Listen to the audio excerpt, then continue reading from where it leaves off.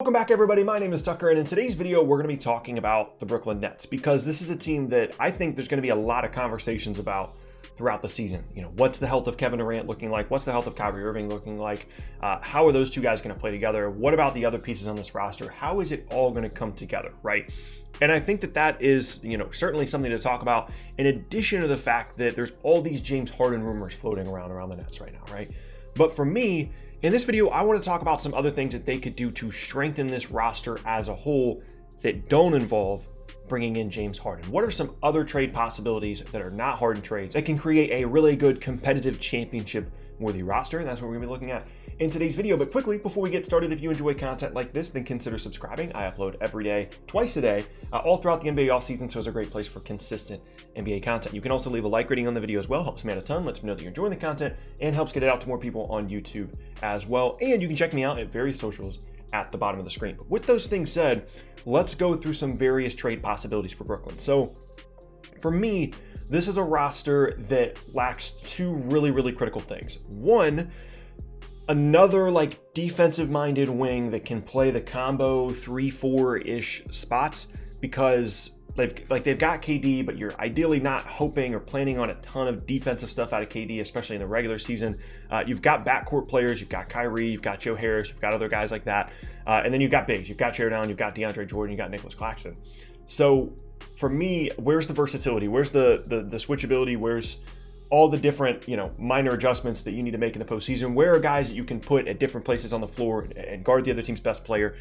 There really aren't any of those players on this roster. That makes me nervous. The other part of this is shooting. You can never have too much shooting, especially when you have as much star power as the Nets have this season. So those are two areas that I'm really trying to attack here and improve. And this isn't a trade that I think technically works, but this is kind of the idea right now for me.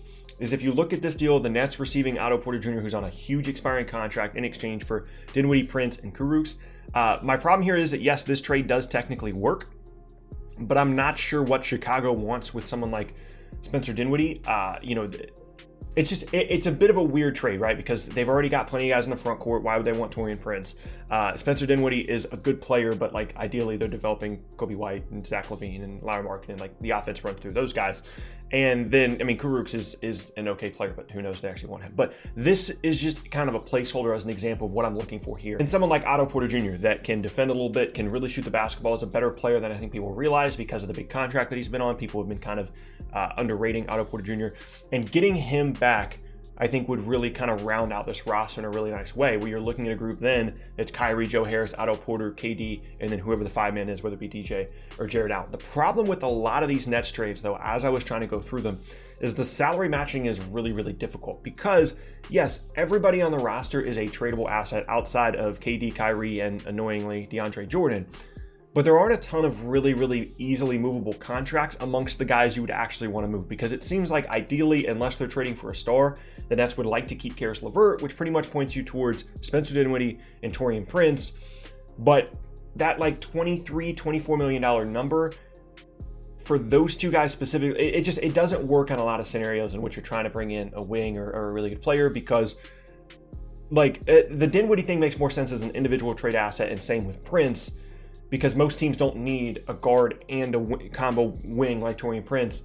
And the more you look into it, the more it's kind of annoying that you can't add DeAndre Jordan's salary in there or something like that. It becomes really difficult to make trades that actually make a ton of sense, and this Bulls trade is an example of that. But here's one that I attempted to put together here involving the Clippers, the Kings, and the Nets. So the Kings would be receiving Lou Williams, Patrick Patterson, and Taurean Prince. The Nets would be receiving Harrison Barnes, and the Clippers would be receiving Spencer Dinwiddie. So we'll go from left to right here. So for the Kings, they're trying to get out of the Harrison Barnes money. We talked about this, or we're going to talk about this in an upcoming video. I made a how to fix the Sacramento Kings video, and I don't think it's actually been released yet as the release of this video. And so the Kings are trying to get out from under the Harrison Barnes money, right?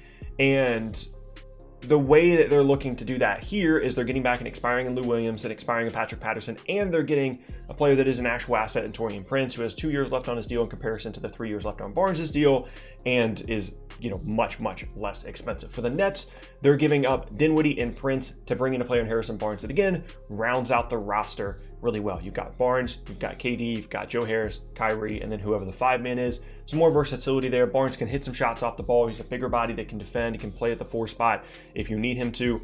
I think that's a nice addition to the roster, while the Clippers are getting a guy that just works a little bit better with their group, a bigger guard that can score rather than someone like Lou Williams that, yes, is very, very good, but is a bit of a smaller player, maybe doesn't work so well in the postseason, just kind of shakes their roster up a little bit, and Dinwiddie would be a nice addition for the Clippers there as well. So these are the kind of deals that I'm kind of looking for here for the Nets in terms of like what can round out the roster well, even if it's someone like Harrison Barnes, even if it's someone like Otto Porter that makes a lot of money.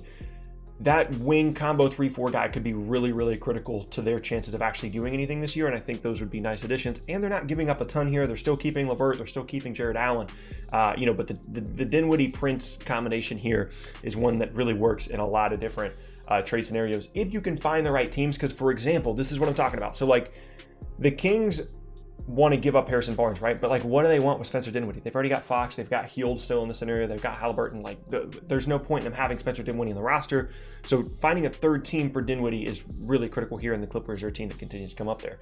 Next up is another trade that I'm not positive this works. Like, I really don't know what the value right now in a trade of Aaron Gordon is, but hear me out here. So Aaron Gordon and Gary Clark both going to the Nets. Those are versatile front court guys. Clark can defend. He still needs to work on his jump shot. Still a really raw player, still trying to grow and develop. And then Gordon, ideally, would be a guy that, plays really hard and really well defensively and makes a couple of shots off the ball and just provides an athleticism to this lineup that I think they definitely do need. Is that going to be a great fit, or is he just going to be a way more offensive-focused player than you want? I don't know, but still, I think that would be worth at least a little bit of a look here from Brooklyn, potentially bringing in someone like Aaron Gordon. Meanwhile, the Magic are getting Dinwiddie, Prince, 2 seconds, and a lottery-protected first in what should be a pretty good draft here coming up in 2021. So for the Nets, again, you're giving up Dinwiddie, you're giving up Prince, but you're kind of swapping out Prince, who's a young player that could be something, and then Dinwiddie, who's an offensive-minded player, in exchange for some guys that ideally, when they come to Brooklyn, would be much more defensive-minded players than the guys you're shipping out. Again, adding versatility to that front court, some switchability, things like that, and you're giving up 2 seconds and a first-round pick. The problem that I foresee with this, however, for Brooklyn, is that if a star trade does come available, are they going to wish that they hadn't sent out this first-round pick? Now, obviously, you could just swap Aaron Gordon in a star trade, but still, if that comes up, is that going to be something they end up regretting? I'm not sure. For the Magic, this kind of depends on how their season goes. Obviously, having a dynamic scoring guard like Spencer Dinwiddie would help their roster, but they've got other guys like Cole Anthony, like Markelle Fultz, so they're trying to kind of develop in that role anyway. So do they want Dinwiddie there in front of those guys? I'm not sure. Prince could still be something for them as like a combo 3-4 guy that doesn't fill the void, obviously, of Aaron Gordon, but provides them a nice wing defender that I think they certainly do need in this roster. So I think they would at least kind of consider this deal. And then last up is a really, really simple one. But for example, if the Nets were just looking for more shooting, again, you can never really have too much shooting, in my opinion. They could look at a team like New Orleans that has JJ Redick on an expiring contract, and if their season isn't going well at the trade deadline, he's going to be someone that they're definitely going to be looking to move.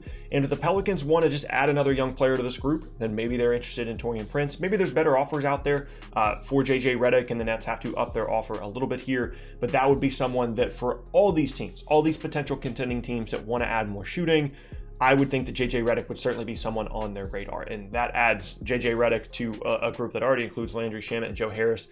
Those are all guys that are kind of penciled in at the 2 spot, so it maybe get a little bit of a logjam there. But again, for me personally, I don't think you can ever have too much shooting on a contending roster that has star power, and so someone like JJ Redick might be a worthwhile addition here for Brooklyn. So as you can see, as we're looking through all these trades, it's a little bit difficult to mix and match things unless you're trading for like a superstar like James Harden, then you just throw everything at a team, including Karis LeVert, and you kind of see what happens. But if you're looking to add just a wing or add a shooter while keeping Karis LeVert, and you can't trade DeAndre Jordan because why? I don't know. It makes things a little bit more difficult, certainly here for Brooklyn, in terms of, where do the salaries come from? How do you match the salaries? They're well over the salary cap. And so kind of mixing and matching all that stuff definitely gets difficult. But I'm curious to see what you guys have to say down in the comment section below in terms of your own trades you could potentially come up with for the Nets to improve their roster. But that is going to be the end of today's video, and I thank you all very much for watching. Once again, my name is Tucker. If you missed any of my previous videos, then be sure to check out the boxes on screen. Thanks again, and I'll see you all next time.